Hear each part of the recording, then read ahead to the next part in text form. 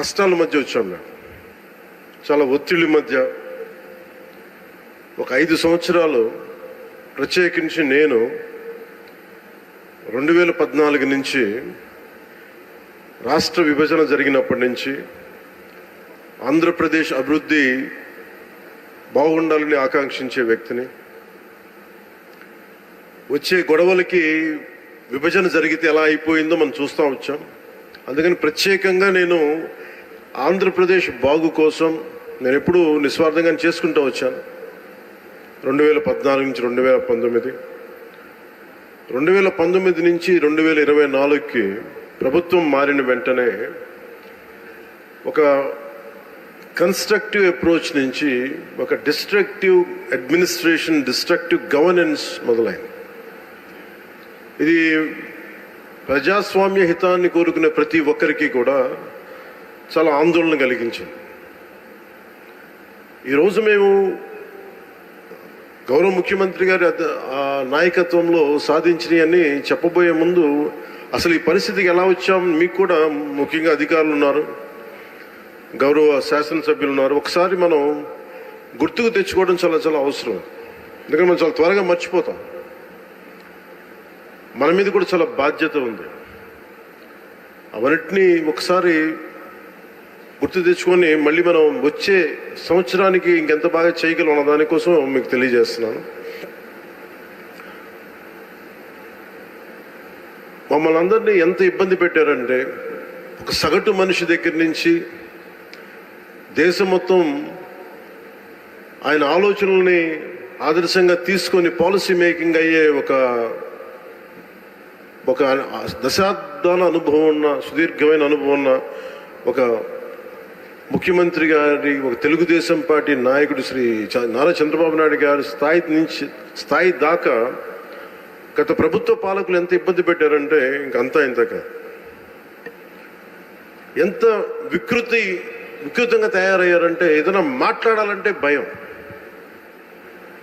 అధికార వ్యవస్థ ఒక భయం గుప్పెట్లో చిక్కుకుపోయారు. నేను అడిగేవాడిని చాలామంది అధికారులు, ఎందుకు మీరేం మాట్లాడలేదని. నాకు అర్థమైంది ఏంటంటే, మేము వచ్చిన తర్వాత నిజంగా రాజకీయ వ్యవస్థ కానీ బాధ్యతతో లేకపోతే అధికార యంత్రాంగం కూడా ఏమీ చేయలేదు, నిస్సహాయంగా చూస్తూ ఉండడం తప్ప అనేది మేము ప్రత్యక్షంగా చూసాం, అనుభవంలోకి వచ్చింది.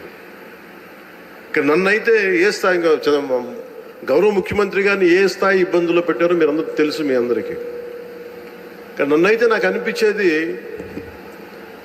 వైజాగ్లో, విశాఖపట్నంలో 24లో 23 ఆఖర్లు ఎలాంటి ఇబ్బందులు పెట్టా, మీరు రోడ్ల మీదకి రావడానికి కూడా ఇబ్బంది పడేవాళ్ళు.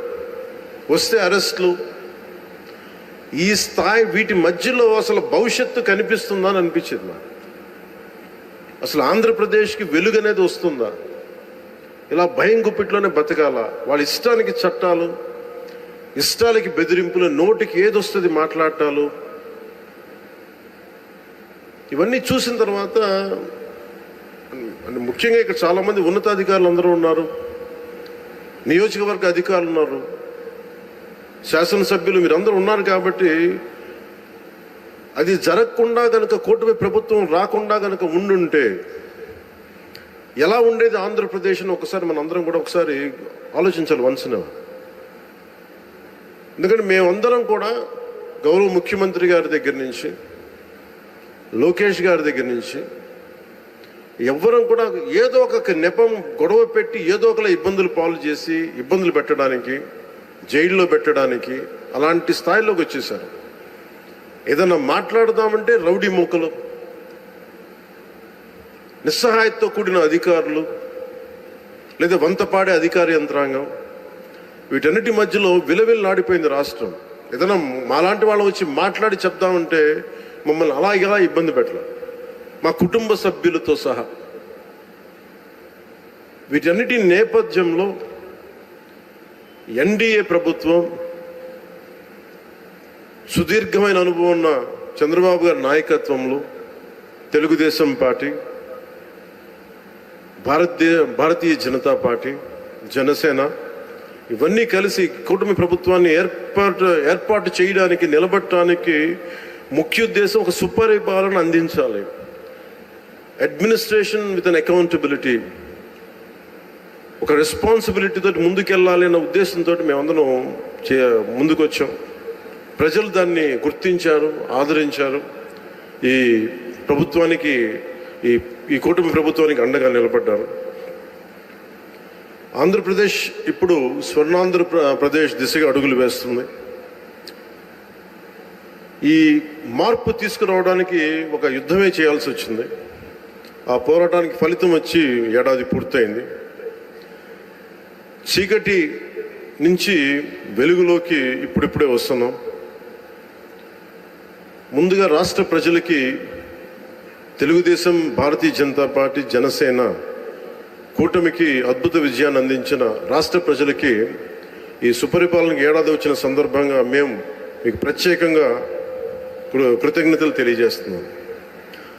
రాష్ట్ర ప్రజల రుణం తీర్చుకునేందుకు గౌరవ ప్రధాని శ్రీ నరేంద్ర మోదీ గారి మార్గనిర్దేశకత్వంలో, పాలనలో అపార అనుభవం కలిగిన గౌరవ ముఖ్యమంత్రి శ్రీ చంద్రబాబు నాయుడు గారి నాయకత్వంలో కూటమి ప్రభుత్వం నిరంతరాయంగా కృషి చేస్తున్నాం. ఒకవైపు కుదేలైన ఆర్థిక వ్యవస్థ, అస్తవ్యస్త విధానాలతో ఉన్న ఈ నడిపిన ప్రభుత్వాన్ని తిరిగి గాడిని పెట్టడానికి గౌరవ ముఖ్యమంత్రి గారి అపారమైన అనుభవం మా అందరికీ ఎంతో బలాన్ని ఇస్తూ ఉంది. అలాగే గౌరవ ప్రధానమంత్రి శ్రీ నరేంద్ర మోదీ గారి కేంద్రం నుంచి అందిస్తున్న సహాయ సహకారాలతోటి, ముఖ్యమంత్రి గారి పాలనా దక్షతతోటి, మంత్రివర్గ సహచరుల మద్దతుతోటి స్వర్ణాంధ్రప్రదేశ్ విజన్ 2047 వికసిత్ భారత్ లక్ష్యాల సాధన దిశగా ముందుకు వెళ్తూ ఉంది. ఈ మధ్యనే మనం 11వ అంతర్జాతీయ యోగా దినోత్సవం సందర్భంగా గౌరవ ముఖ్యమంత్రి శ్రీ నారా చంద్రబాబు నాయుడు గారి నేతృత్వంలో ఎన్డీఏ కూటమి ప్రభుత్వం విశాఖపట్నంలోని బీచ్ రోడ్లో 3 లక్షల పైచిలుకుతో మందితో నిర్వహించిన యోగాంధ్ర కార్యక్రమం ప్రపంచ రికార్డు సృష్టించింది. అలాగే రాష్ట్ర ప్రభుత్వ పథకాల్లో నేను చాలా సందర్భాలు అడిగేవాడిని ముఖ్యమంత్రి గారిని. ఎలక్షన్ సమయంలో మనం ఈ సూపర్ 6 ఇలాంటివన్నీ ఎలా చేయగలం ఏంటని మాట్లాడితే ఆయన ఎప్పుడు కూడా అనేది ఏంటంటే, డెవలప్మెంట్తో పాటు మనం వీటిని ఏవైతే ప్రజలకు అవసరం అయితే ఉన్నాయో అవి కూడా ఇవ్వాల్సిందే మనం అని చెప్పేసి, ముఖ్యంగా ఆయన 3,000 దాకా ఉన్న పెన్షన్ని ఆయన రాగానే 4,000కి పెంచగలిగారు. దివ్యాంగులకు ఇచ్చే పెన్షన్ 3,000 నుంచి 6,000. దివ్యాంగులు కొన్ని సంవత్సరాలుగా నా దృష్టిలో ఉంది, అందరూ ముఖ్యమంత్రి గారి దృష్టిలో ఉంది, మాకు పెంచండి అని అంటుంటే అది కుదరలేకపోయింది ఎవరికి, ఏ ప్రభుత్వానికి కూడా. కానీ ముఖ్యమంత్రి గారి నాయకత్వంలో ఆయన ఫినాన్షియల్ మేనేజ్మెంట్ అద్భుతం కాబట్టి 3,000 నుంచి 6,000కి పెంచారు.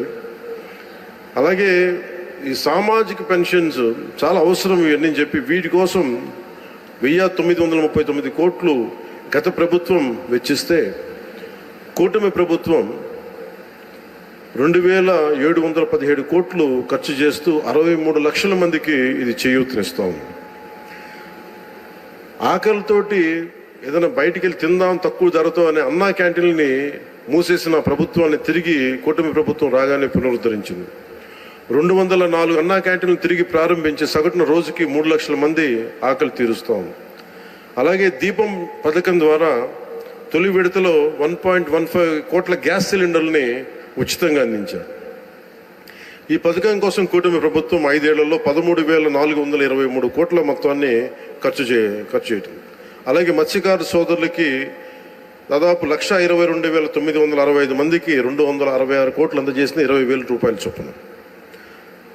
అలాగే నారా లోకేష్ గారు ప్రత్యేకించి ఆయన తీసుకుని ఈ ఎడ్యుకేషన్ ఈ శాఖల ద్వారా ప్రత్యేకించి నాకు వ్యక్తిగతంగా నచ్చింది అని చేసింది డొక్కా సీతమ్మ మధ్యాహ్న భోజన పథకం పెట్టడం.